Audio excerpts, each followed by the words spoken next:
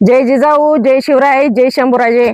मित्रांनो, शेतकऱ्यांची कर्जमाफी सरसकट व्हावी म्हणून आज 3 दिवस झालं पंढरपूरमध्ये आमदार रोहित दादा पवार यांचं आमरण उपोषण चाललंय. पण सरकारला अद्यापही त्यांच्याकडे डोकावून सुद्धा बघायला वेळ नाही. विचार करण्यासारखी गोष्ट आहे. दिवस असलं उन्हाळ्याचं असताना कडक कडक एवढं ऊन असताना माणसाला तास 2 तास जरी नाही पाणी पिलं ना तर जीवाची अशी घालमेल होते. पण ह्या सरकारनं त्यांच्याकडे डोकावून सुद्धा बघितलं नाही.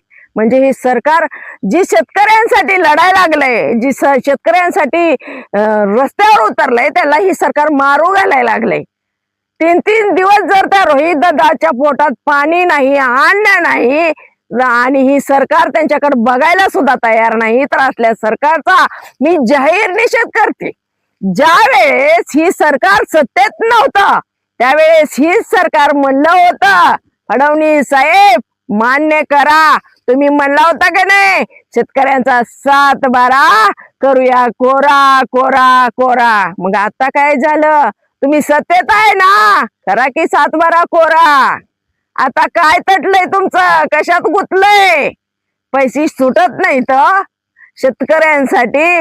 फडणवीस साहेब, माझा शेतकरी वाचला तर देश वाचल, आणि देश वाचला तर तुम्ही आम्ही वाचू, एवढं विसरू नका. आणि मला एक सांगायचं आहे, माझ्या ह्या शेतकऱ्याला न्याय कोण देणार आहे का नाही माहित नाही. ह्या शेतकऱ्यांसाठी बच्चू कडू साहेबांनी सुद्धा आंदोलन केलं, पण माहित नाही शेतकऱ्यांसाठी केलं का त्यांच्या आमदारकी पदासाठी केलं. मग ही शेतकऱ्यांचं आंदोलन ह्या बच्चू कडू साहेबांनी अर्ध्यावरच का थांबवलं? मोठा प्रश्न पडलाय मला.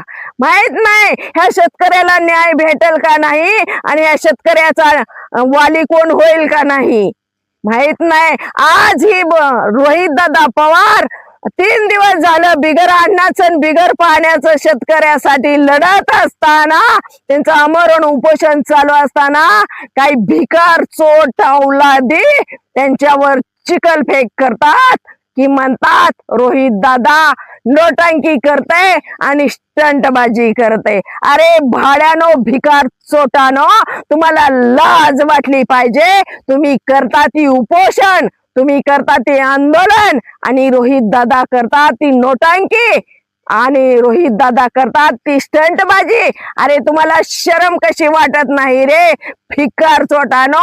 एवढं जर तुम्हाला वाटत असेल तर तुम्ही या पंढरपूर मध्ये आणि रोहित दादांच्या खांद्याला खांदा लावून शेतकऱ्यांसाठी आमरण उपोषण करायला तयार राहा आणि येऊन बसा. 10-15 दिवस काय, 1 महिनाभर बसा रे, मग तुम्हाला कळल नोटंकी आहे का स्टंटबाजी आहे. फक्त मीडियावर येऊन बुमलो नका की तुम्ही म्हणता कॅमेरा लावा आणि 15 दिवस महिनाभर रोहित दादाला आमरण उपोषण करू द्या. शरम नाही का रे वाटत तुमच्या जीवाला? आज जर ही शेतकऱ्यांसाठी लढणारा योद्धा आज शेतकऱ्यांसाठी रस्त्यावर उतरलाय आणि शेतकऱ्यांच्या न्याय हक्कासाठी एक आमदार जर उपोषणाला बसलाय आणि त्यांच्यावर जर तुम्ही अशी चिखलफेक करत असला तर आम्ही तुम्हाला अशी तशी सुट्टी देणार नाही, कळालं का? आणि माझी फडणवीस साहेबांना पुन्हा एकदा विनंती, फडणवीस साहेब, तुमची ही लाडकी बहीण आणि एका शेतकऱ्याच्या लेकीचा तुम्हाला प्रश्न आहे. ज्या वेळेस तुम्ही सत्तेत नव्हता त्यावेळेस तुमचा शब्द होता, शेतकऱ्यांचा 7-12 करूया कोरा कोरा. मग आता तुम्ही सत्तेत आहात, आम्हाला दुसरं काही माहिती नाही, पण तुम्ही 7-12 कोरा केला पाहिजे. बस एवढंच तुमच्याकडून अपेक्षा आहे.